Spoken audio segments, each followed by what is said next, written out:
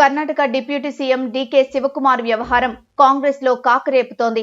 ఆయన బీజేపీలో చేరతారంటూ ఊహాగానాలు వ్యక్తమవుతున్నాయి.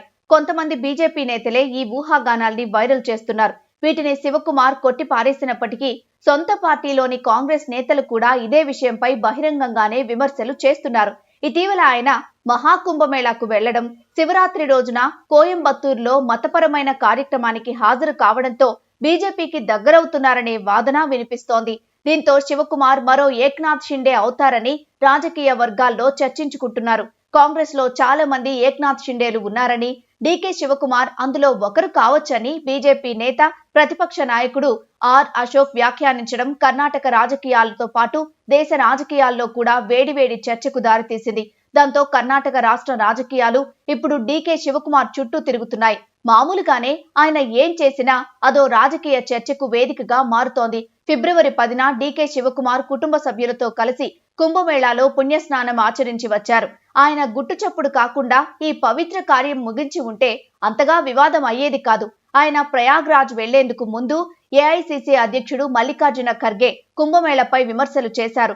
ఈ స్నానంతో నిరుద్యోగం, పేదరికం సమసిపోతుందా, దేశ ఆర్థిక స్థితి మెరుగుపడుతుందా అంటూ ఆయన ప్రశ్నించారు. ఆయన వ్యాఖ్యలు ఇంకా సామాజిక మాధ్యమంలో హల్చల్ చేస్తుండగానే డీకే శివకుమార్ కుంభమేళాలో కనిపించారు. పైగా ఆయనను అక్కడి బీజేపీ ప్రభుత్వం లాంఛనాలతో స్వాగతించడం, ఆ మేళా నిర్వహణపై డీకే శివకుమార్ కొనియాడటమే రాజకీయంగా దుమారం రేపింది.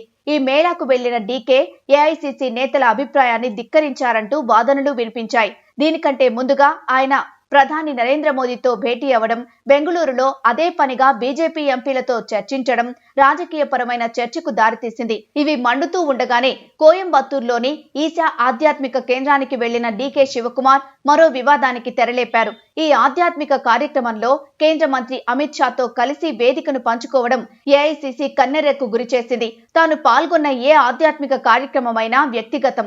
ఈ విషయాన్ని రాహుల్ గాంధీ నేరుగా వచ్చి అడిగినా బదులివ్వగలనని చెప్పి అధిష్టానానికి సవాల్ విసిరారు డీకే.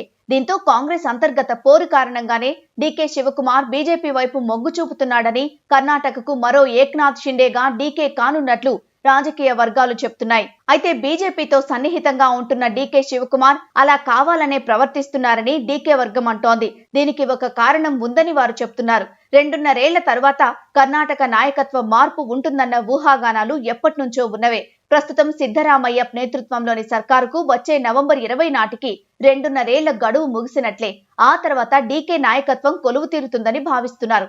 కానీ ఏఐసీసీ పెద్దలు అధికార మార్పిడి లేదని తెగేసి చెబుతూ ఊహాగానాలకు తెరదించే ప్రయత్నం చేస్తున్నారు. దీంతో అధిష్టానానికి తనకు రాజకీయ ప్రత్యామ్నాయం ఉంది అనే సంకేతాలు ఇచ్చేందుకే డీకే శివకుమార్ ఇలా వ్యవహరిస్తున్నారని ఆయన సన్నిహిత వర్గాలు చెప్తున్నాయి.